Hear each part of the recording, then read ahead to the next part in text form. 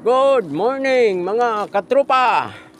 Naglalakad ako sa National Highway. Yan.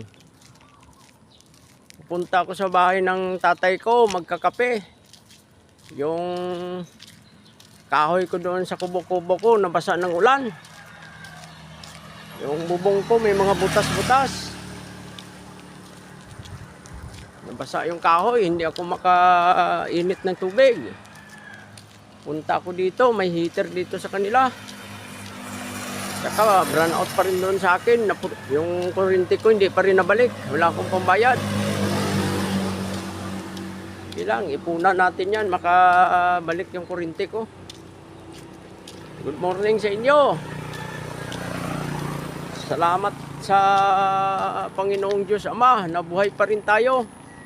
Ako nagpapasalamat talaga. Magdasal tayo, pagkagising, nabuhay pa tayo. Mga kapatid, huwag natin kalimutan magpasalamat sa Diyos.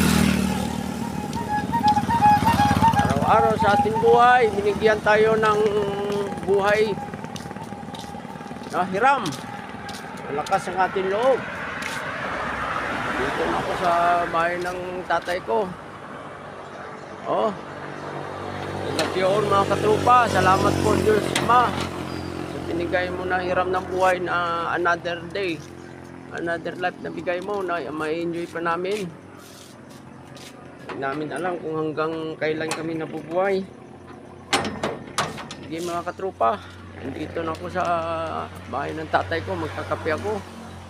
Bye bye, I love you all, saludo po sa inyo.